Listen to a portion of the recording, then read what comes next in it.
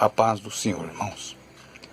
Olha, eu quero falar aqui sobre uma coisa, porque pode ser que alguém tenha visto os vídeos meus e fale, olha, eu já vi uma maneira de interpretar diferente. Eu tenho visto aí nos canais da internet e aí do YouTube, diferente. Pastores famosos aí falando sobre Apocalipse. Alguns interpretam mais literalmente, outros menos literalmente, né? E porque sabem, qualquer um que conhece teologia sabe que o Apocalipse não pode ser interpretado literalmente, muito embora se veem tentados a fazer interpretações literais naquilo que convém a eles, né? Eu tenho visto, porque eu não sou ignorante, eu tenho visto canais que falam de Apocalipse, é assunto que me interessa, então eu pesquiso tudo para saber o que está acontecendo. Então tem pastores famosos no YouTube aí, considerados autoridades em Apocalipse, fazendo interpretações, mas na verdade o que eles aprenderam é coisa que já está aí há muito tempo. Foi coisa que já foi deduzida, né, ou deduzidas, quando se trata de várias escolas de interpretação, por esses estudiosos que inclusive já morreram até. Não pense que quando você vê alguém interpretando Apocalipse lá, olha, ele fez a interpretação da Apocalipse. Não, ele leu livros. São os estudos de teologia que levam a isso. Isso daí eu também aprendi. Então o que acontece? Quando vai interpretar o Apocalipse, hoje está uma ledição de cachorro aí, me desculpem. Aqui não tem estúdio, né? Então, quando vai fazer uma interpretação de Apocalipse, existem regras a serem obedecidas. Principalmente regras hermenêuticas, exegéticas, que eu também respeito. Só que a interpretação que eu dou é uma interpretação diferente da interpretação que as pessoas têm visto aí no YouTube ou em livros de teologia. Porque a interpretação que tem visto em... Vou usar o termo livros de escatologia, porque o que está no YouTube são interpretações dos livros de escatologia, né? Não é coisa que nasceu com o YouTube, né? Então o que acontece?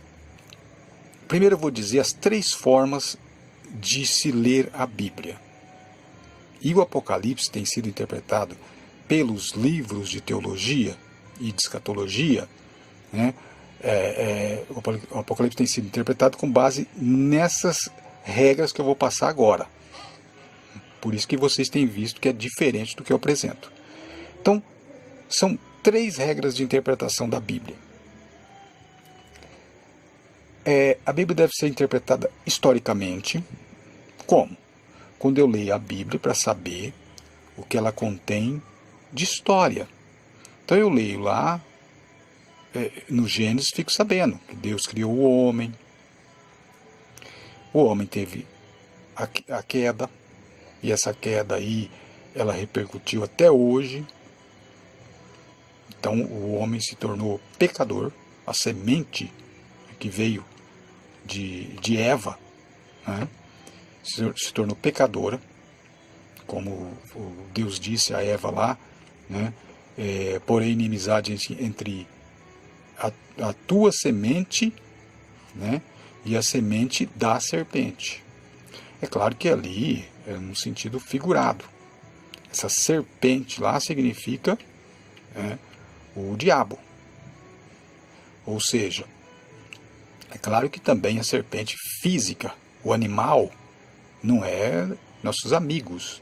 Né? Imagine você ficar passando a mão numa serpente perigosa, ela vai te picar.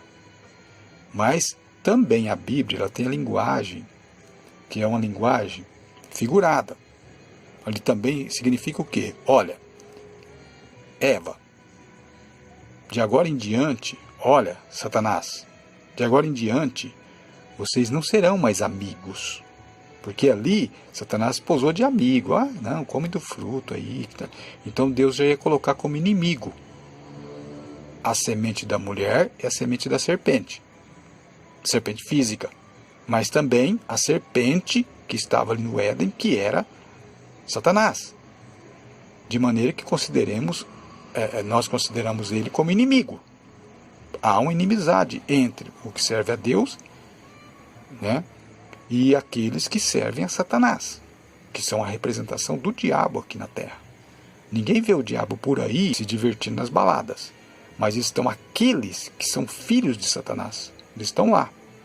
Então, assim como o corpo de Cristo representa Cristo, existe também o corpo do diabo aqui na Terra.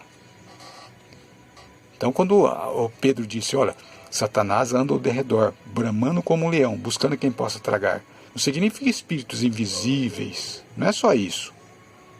Porque eles têm que incorporar em alguém, em algum corpo. Eles usam pessoas para influenciar. Satanás usa pessoas. Não pensa que é como essa batalha espiritual que a gente vê aí, esse pessoal ensinando aí na internet, né, essa teologia de batalha espiritual, você vai prender demônios, você vai fazer isso, vai fazer uma reza aqui e o demônio não vai escapar para fora de sua porta. Primeiro você vai derrotar, depois você solta ele. Isso é tudo conversa fiada, isso é mentira. Satanás age através dos seus. Veja no caso de Jesus, o que ele falou? Vós tende por pai o diabo, e quereis satisfazer a vontade de vosso pai. O que eles estavam fazendo lá? Os do judaísmo. Estavam querendo matar Jesus. Então, Satanás estava neles. E não ali um vulto ali. Embora aconteceu também a tentação de Jesus lá no deserto. Aí Satanás estava lá. Mas, para nós que estamos aqui, a ação de Satanás é contínua. Através de quem? Através daqueles que ele usa. Então não se iluda que se você não vê nenhum demônio, alguma coisa, que ele não está por ali. Ele está assim. Às vezes no engano, às vezes na pornografia, às vezes em muitas outras coisas. É que eu saí um pouco da conversa, né? Vamos voltar lá então. Então, historicamente, a Bíblia, quando você lê historicamente, você lê para saber o que contém de história. História. Eu fui lá para o Éden, né? Então, a gente lê lá sobre Adão, depois a gente vem lendo sobre o chamado de Abraão, e depois Abraão nasceu o seu filho Isaque, depois de Isaque nasceu Jacó, formou as 12 tribos de Israel através dos filhos de Jacó e as 4 mulheres dele, né? 2 mulheres e 2 concubinas que se tornaram mulheres também de Jacó. E aí é a história de Israel, né? Então você está lendo como história. Depois tem a outra forma de ler a Bíblia. Como? Devocionalmente. Aí você lê o que aconteceu com aqueles homens de fé. Como eles agiram. E você então ali tem um aprendizado para a sua vida. Então a Bíblia também tem que ser lida devocionalmente. Para você tirar ensinamentos para você aplicar a sua vida espiritual. Depois tem a terceira maneira e última de se ler a Bíblia. É como? Homileticamente. Vem de homilia. Quando você lê a Bíblia para saber o que ela contém de ensinamento para você tirar e ensinar para outras pessoas. Por isso que tem muitos pregadores aí que estão em pecado. Né? Como a gente vê aí muitos, inclusive esse escândalo aí do Gideões missionários, a gente vê todo dia aí, né? Cada dia aparece uma coisa nova desses homens, né? Que lê a Bíblia como? Devocionalmente? Não, eles não lêem devocionalmente, pode ser que já leu. Eles leem ela homileticamente, é só para ensinar para os outros, ou historicamente, só para saber o que contém. Eles não lêem devocionalmente, para aplicar a sua vida, eles leem ela homileticamente. Vou tirar um sermão aqui que eu vou pregar hoje e tal. Mas não aplica o sermão na vida deles. Então por isso que está esse escândalo aí. Então essas são as 3 formas de ler a Bíblia. Historicamente, devocionalmente, que inclusive é a mais importante, e homileticamente, que é usado por falsos profetas, né? Homileticamente, você vê lá, de repente tem gente na televisão lá que prega muito bem. Como o Valdemiro prega bem, olha como ele expõe as escrituras, mas ele lê como? Devocionalmente? Claro que não, ele não vai aplicar na vida dele. Ele lê homileticamente. Conhecer a Bíblia não significa nada, se a pessoa lê ela homileticamente só. Então são essas três formas: historicamente, devocionalmente, homileticamente. Acontece que para interpretar o Apocalipse, você tem que fazer uma leitura além dessas três. Para interpretar o Apocalipse, você tem que fazer uma leitura entendendo que o Apocalipse é uma mensagem cifrada. Então você vai ter que olhar na leitura do Apocalipse, e principalmente em todos os outros livros também, como Daniel, Ezequiel, e outros textos também, desde Gênesis, que se trata de escatologia, né? Porque em Gênesis tem escatologia também. Quer ver? Eu vou te mostrar aqui, quer ver? Tem escatologia em Gênesis. Claro que tem. Inclusive eu já mostrei interpretações minhas que eu fiz do Germanomo, né? Veja aqui, ó, que ali quando Jacó está dando a bênção para os seus filhos, o que ele faz ali? Ele fala do fim dos tempos. Então tem ali uma mensagem escatológica. Veja aqui, ó, no capítulo 49, olha o que ele diz aqui, ó. Deixa eu ampliar um pouco. Vou chegar perto aqui, né? Ó, quer ver, ó? Ele diz o seguinte, ó. Olha aqui. Olha aí, ó. Isso é no Gênesis, gente, ó. No começo, ó. Jacó está falando isso, ó. Olha aqui o que ele diz. Ele diz assim, ó. Depois chamou Jacó os seus filhos e disse: ajuntai-vos e anunciar-vos-ei o que vos há de acontecer nos derradeiros dias. Olha que interessante. Eu vou anunciar a vocês. Quer dizer, eu vou profetizar aqui, claro, pelo Espírito Santo, o que há de acontecer com vocês, com Israel, nos derradeiros dias. Derradeiros dias, também nós lemos em Daniel, né? E também nas mensagens de Ezequiel, quando fala fim dos dias, dias finais, o resumo final da história, que também envolve Israel, né? Então, a escatologia está por toda a Bíblia, desde Gênesis, que eu li agora aquele texto ali, até Apocalipse. E se não olharmos com uma ótica judaica, não vamos entender. É que tem gente que pensa assim: ah, mas para que essa coisa de ótica judaica? Não, isso é muito judeu demais, esse negócio. Esse negócio beira judaísmo. Não. Eu estou falando a ótica judaica dos escritores da Bíblia, não estou falando dos religiosos atuais. Estou falando dos escritores, porque os escritores da Bíblia eram profetas de Deus. Aí depois houve aqueles intérpretes, inclusive lá os fariseus, que eram inimigos de Jesus. E Jesus fazia uma interpretação correta. Portanto, aqueles que escreveram e aqueles que fizeram a interpretação correta, como no caso Jesus, os apóstolos, então eles estão de acordo. É deles que eu estou falando.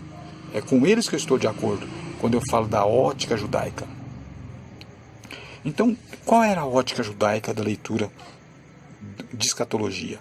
Era que Deus ocultou alguma coisa. Deus falou, mas não era bem aquilo que está nas palavras que ele falou. Fala, mas você tem alguma prova de que Deus oculta as coisas? De que Deus faz de um jeito assim para o homem não perceber? Eu tenho prova, sim. Eu tenho prova. Olha o que diz aqui, ó, o profeta, olha. Quer ver? Provérbios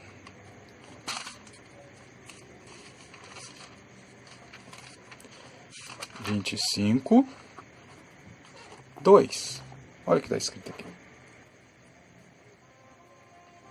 Olha. A glória de Deus é encobrir o negócio. Vendo o que está dizendo aí? Olha aqui, deixa eu centrar aqui. A glória de Deus é encobrir o negócio.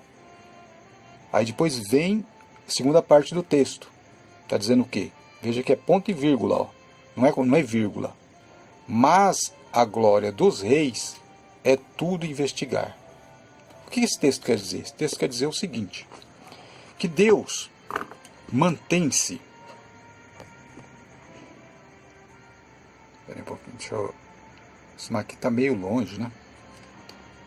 Olha, para quem quiser conferir, né, fazer a leitura de novo, Vamos lá, peraí, deixa eu dar mais zoom aqui. Olha, está aqui o texto. Ó, a glória de Deus é encobrir o negócio. O que é isso, encobrir o negócio? E a glória? O que quer dizer a glória, encobrir o negócio? Então é assim, Deus se mantém misterioso, é isso que quer dizer. E nisto ele se mostra superior, glorioso. Por quê? Porque só ele sabe o futuro. Então ele fala por através dos profetas, mas não é claro. Ele encobre o negócio. Ele não dá revelação como estão pensando por aí.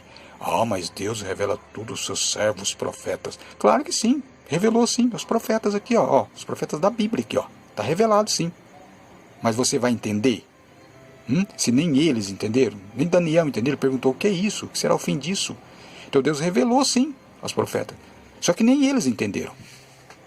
Aí é que está a interpretação errada dessas profetadas que andam por aí dizendo, nós sabemos o que vai acontecer até o dia da vinda de Alcha. Né? Você já deve conhecer esse canal, né? Que ele achou que sabia até o dia da vinda e não sabe coisa nenhuma. Então, Deus revelou sim aos profetas. Só que nem os profetas sabiam como interpretar. Então esse que é o detalhe. Então veja aqui. E aí a segunda parte do texto. Mas a glória dos reis é tudo investigar. Então isso daqui tem a ver com a primeira parte do texto? Não. Não tem a ver. Ele diz o seguinte, a glória dos reis é tudo investigar. O que ele quis dizer aqui é o seguinte. O rei, ele consegue ser, vamos dizer, elogiado, tido como uma pessoa importante, quando ele tudo investiga e adquire conhecimento, sabedoria. Veja que é Salomão que está falando aqui, ó, Provérbios. Ó. Então por que Salomão era respeitado? Porque ele investigava tudo. Ele tinha pleno conhecimento das coisas, ele era sábio. Então, a glória desse rei, que é ele mesmo que ele estava se referindo aqui, é porque ele, vamos dizer, estudava. Ele tinha conhecimento. Mas a glória de Deus é o quê? É encobrir o negócio.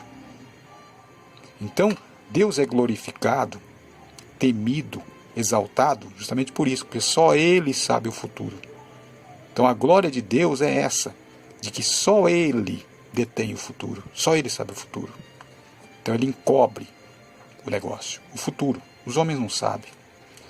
Então, Deus mantém oculto sim, aqui, ó, olha o texto aqui dizendo. Vamos lá. Agora, o que eu estava falando é de Apocalipse. E no Apocalipse, que é o livro mais misterioso da Bíblia, então ia estar claro o texto? Claro que não. Lá teria sim mistérios. Lá teria sim coisas muito difíceis de ser interpretada.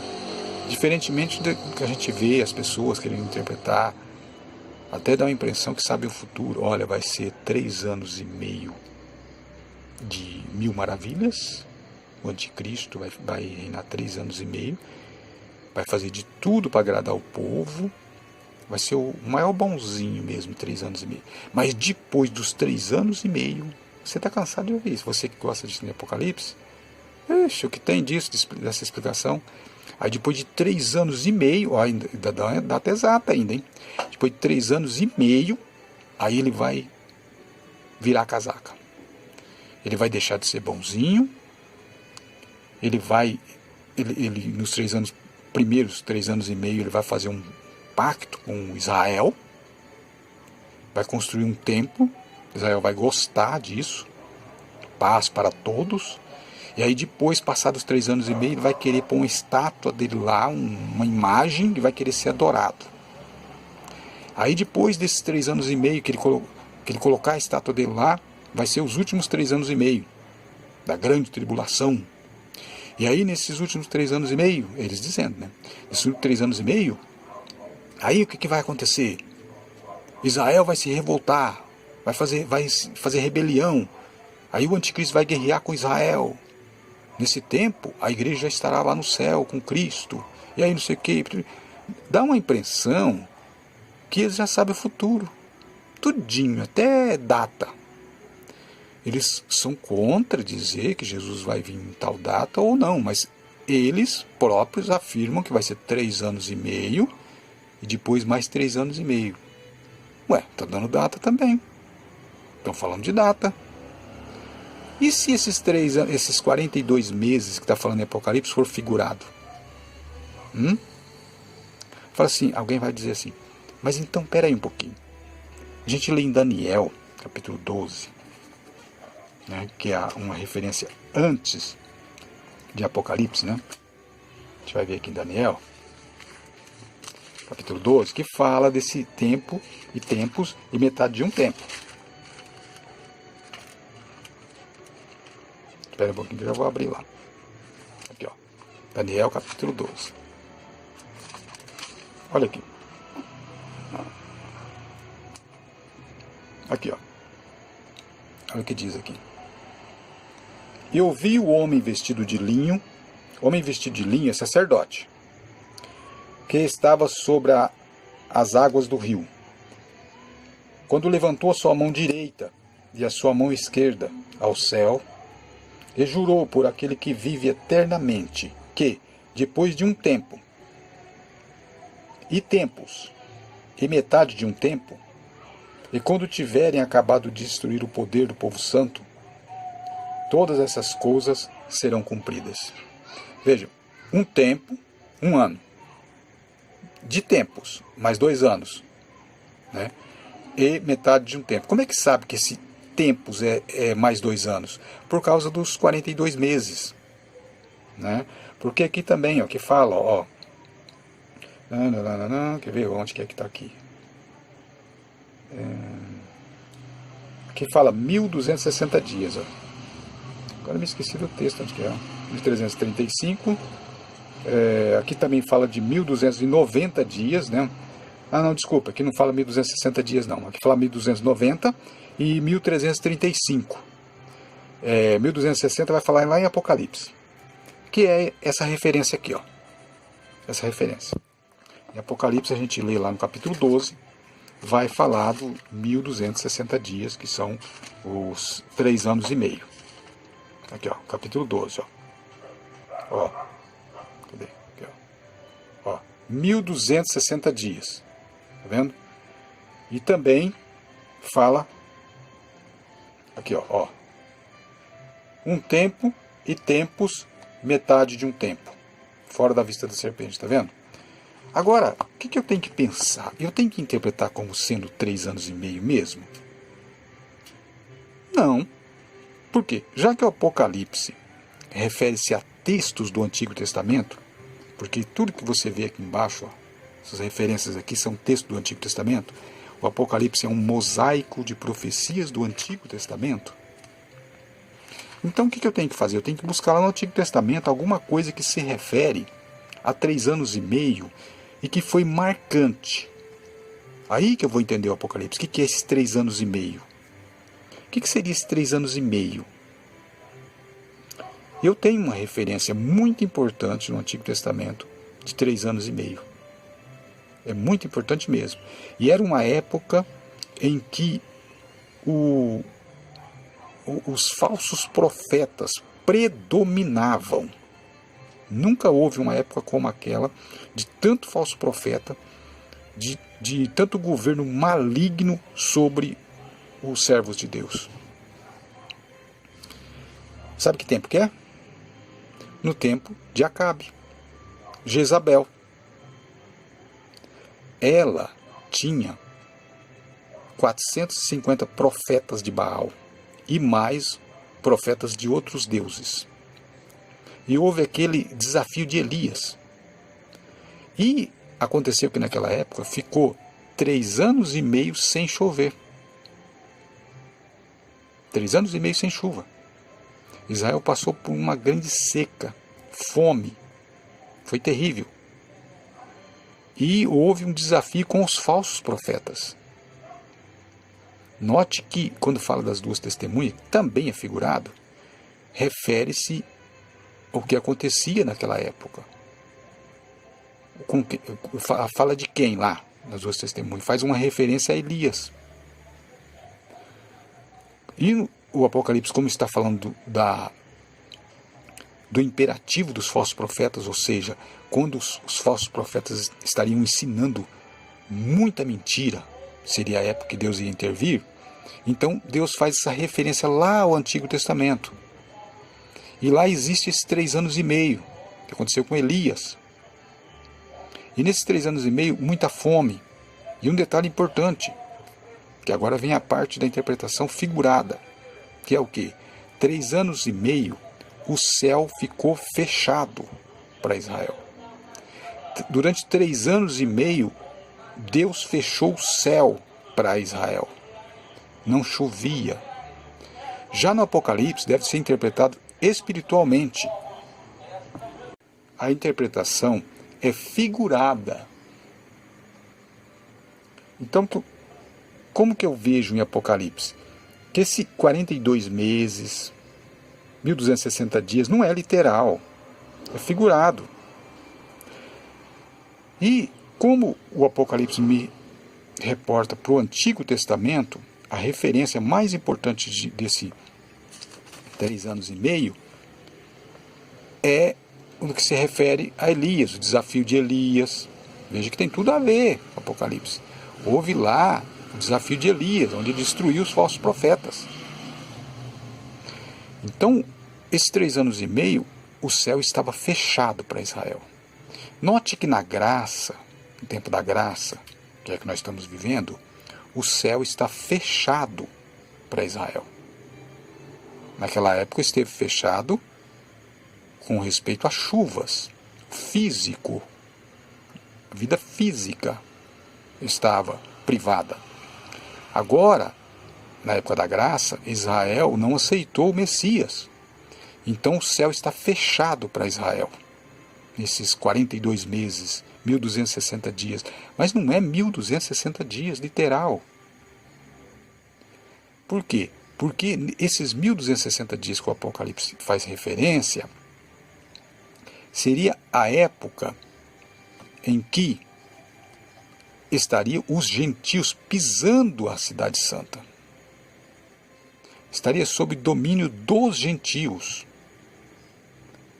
Então, se formos considerar que esses 3 anos e meio sejam realmente 3 anos e meio, e essa época que toda que já se passou, milenar, que os gentios estão dominando sobre Jerusalém, não é feito referência? Quer dizer, só aqueles 3 anos e meio, então, aqueles 1260 dias, os gentios já estão dominando sobre Israel, sobre Jerusalém, desde do ano 70. Então, todo esse período não é contado? Não é importante? Vai ser importante só nesses 3 anos e meio? Que eles dizem que é literal? Claro que não. Então, todo esse tempo que o céu está fechado para Israel, como esteve fechado lá na época de Elias, que foram realmente lá 3 anos e meio, foi literal, mas agora é figurado, são 3 anos e meio, esse tempo todo é contado como 1260 dias, 3 anos e meio, porque o que o Apocalipse quer fazer referência é o que aconteceu lá. O que aconteceu lá? Os falsos profetas imperavam, mas no final eles foram destruídos. E depois Elias acabou sendo levado ao céu, que é uma referência de arrebatamento. Então veja isso. Esses 3 anos e meio, 1260 dias, refere-se ao que aconteceu lá com Elias, com o povo de Israel. O céu está fechado para Israel agora. Mas Deus haverá de salvar todo Israel, conforme está escrito na epístola do apóstolo Paulo. Ele escreve em Romanos. Olha aqui. Olha o que ele diz aqui em Romanos. Olha aí. Vendo? Porque não quero, irmãos, que ignoreis um segredo. Segredo, mistério. Para que não presumais de vós mesmos que o endurecimento do quê? Do coração de Israel, veio em parte sobre Israel, até que a plenitude dos gentios haja entrado, até que acabe a plenitude dos gentios, né? Completem o número de gentios a ser salvos. E assim todo Israel será salvo, como está escrito, de Sião virá o libertador, e desviará de Jacó as impiedades. Então, o que acontece? Veja que Israel está endurecido. O céu está fechado para Israel. Mas haverá um tempo que Israel será salvo. Que seria lá aquele desafio de Elias, que ele destruiu os falsos profetas. Então, depois é claro que Jezabel continuou no erro. Mas é apenas essa referência dos 3 anos e meio que o Apocalipse está fazendo. Interpretar o Apocalipse não é simples, eu chegar aqui já explicando como fazem os doutores da Bíblia aí. Tão facinho, né? Não é assim. São 22 capítulos, mas esses 22 capítulos têm tanta matéria, tem tanta coisa aqui, porque no Apocalipse também foi usado figuras, além de figuras do Antigo Testamento, foi usado figuras também mitológicas. Por quê? Porque naquela época o povo conhecia mitologia. Então era usado também figuras de mitologia, partes de história de mitologia, para quê? Para as pessoas entenderem. Eles faziam uma comparação mental e entendiam a mensagem que o Apocalipse estava passando. Mas como perderam todo esse histórico, perderam todos esses conhecimentos culturais da época, fica mais difícil de fazer a interpretação. Mas voltando ao que eu estava dizendo, os 3 anos e meio refere-se ao tempo que Israel esteve em seca, porque o céu estava fechado. Naquela época, uma seca física, fome, dificuldades por causa da falta de chuva. Agora, nesse tempo, é uma seca espiritual. É a chuva que não vem sobre Israel, a chuva de Deus, a chuva do Espírito, a salvação. O céu está fechado para Israel durante 42 meses. 42 meses que se refere aos 3 anos e meio lá de Elias. É que é difícil de explicar porque tem que ser considerado aqui as vicissitudes. Essa palavra, inclusive, é muito importante. Se vocês puderem verificar o que significa vicissitudes, verifiquem, porque os escritores evangélicos, eles não usam essas palavras nos seus livros. E é muito importante o uso dessa palavra. Quem usa mais são os escritores católicos, que são mais cultos, né? Então a palavra vicissitude diz tudo. Por quê? Porque de repente eu estou falando de Apocalipse, daqui a pouco muda o cenário. Daqui a pouco eu estou falando daquele assunto, daquele texto, daqui a pouco o cenário muda novamente. O cenário vai mudando, porque as pessoas não entendem isso. Tentam interpretar o Apocalipse como uma leitura decorrente, uma leitura que está colocado ali na ordem cronológica, e não é assim. O Apocalipse tem que se interpretar levando em consideração essa palavra, vicissitudes. O cenário muda a todo momento. Então eu estava falando do que aqui? 3 anos e meio ali de Apocalipse, os 1260 dias. Mas de repente o cenário muda. Eu vou lá para o cenário de Elias. Daqui a pouco eu estou no cenário de um outro profeta. Daqui a pouco eu estou num outro cenário, para poder entender o que Apocalipse está dizendo. São 3 anos e meio. 1260 dias. Mas no Apocalipse ali, é todo esse tempo que o céu ficou fechado para Israel. Todo esse tempo. São os 3 anos e meio. O domínio dos gentios sobre Jerusalém, que está até hoje, desde os anos 70 até hoje, está o domínio do povo gentil sobre Israel.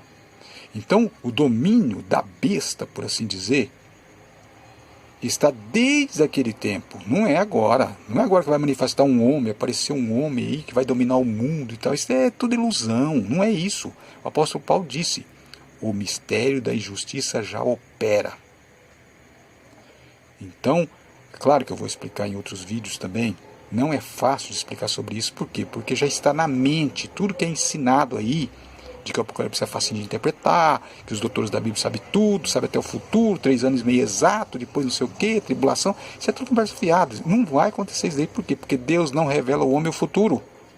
O homem não sabe. O que a gente tem aqui são as referências do Antigo Testamento.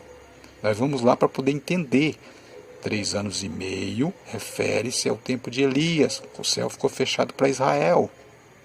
Seria todo esse tempo que os gentios pisam a cidade santa. Onde é que lemos sobre isso? Apocalipse capítulo 11.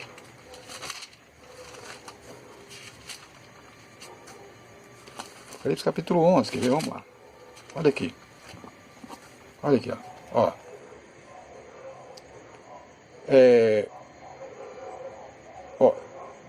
Manda medir o templo, né? Ali também é uma figura. Está se referindo ao livro de Ezequiel. Tem que ler lá para poder entender. E deixa o átrio que está fora. Quer dizer, não meça. Não o meças. Quer dizer, não meça. Não tome medida. Porque foi dada às nações e pisarão a cidade santa por 42 meses.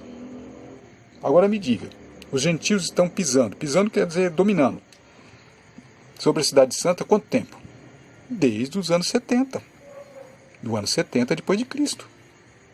Ou vai ser só 3 anos e meio, então, da tribulação que vai pisar a cidade santa? Claro que não. É todo esse tempo. É figurado. Esses 3 anos e meio é figurado. Mas as pessoas querem interpretar como que passando uma ideia que tem conhecimento de Apocalipse, como eu vejo, né? De repente, eu vi um pastor, convidou um outro pastor para uma live e falou, você é entendido em Apocalipse, você sabe tudo de Apocalipse. Sabe nada. Não é assim. É figurado, gente. É claro que as pessoas gostam daquela interpretação. Vai ser exatamente 3 anos e meio de tribulação, né? Antes 3 anos e meio maravilhosos, depois 3 anos e meio de tribulação. Isso daí é como declarar o futuro. Porque imagine que, por exemplo, aqueles que acreditam que o arrebatamento vai acontecer primeiro. Acontece o arrebatamento. É só começar a contar os dias. 3 anos e meio exato, domínio do anticristo. Depois dos 3 anos e meio que vem, né? Aí o anticristo cai. Então o homem saberia o futuro. Deus não revela o futuro ao homem. Não é assim que interpreta. Repetindo o que eu estava dizendo. Esses 42 meses, 1260 dias é figurado. E tem 3 referências de data. Lá no livro de Daniel, como eu li aqui no capítulo 12. São a referência de 1260 dias. Depois tem 1290 dias. Depois tem 1335 dias. Claro que tem uma interpretação dos adventistas, né, que eles falam que são os anos do domínio da Igreja Católica. Tem toda uma interpretação lá. Cada um interpreta puxando a brasa para sua sardinha, né? Então veja que aqui, esse um tempo e tempo, metade de um tempo aqui, 1260 dias. Depois fala aqui, desde o tempo que contínuo sacrifício for tirado e posta a abominação desoladora, haverá 1290 dias. Depois fala aqui, bem-aventurado que espera e chega até 1335 dias. Mas o que quer dizer isso, hein? Tem a ver com anos? São anos decorridos? São 1290 e depois mais para poder chegar até 1335? Diferença de 45 dias? São 45 anos? Será que é isso? Aí o homem saberia o futuro. Não. É que está falando de 3 datas aqui. Quando acontecer o fato, 1260 dias, depois vai acontecer o fato que tem a ver com 1290. Então aqui para diferenciar os acontecimentos. Então esse acontecimento do 1290 vai ser o acontecimento que vem depois do 1260. E o acontecimento do 1335, ele vem depois do 1290. É apenas para fazer uma separação entre os acontecimentos. Não são exatos. Não é literal. É disso que eu queria falar. Não dá para resumir em pouco tempo.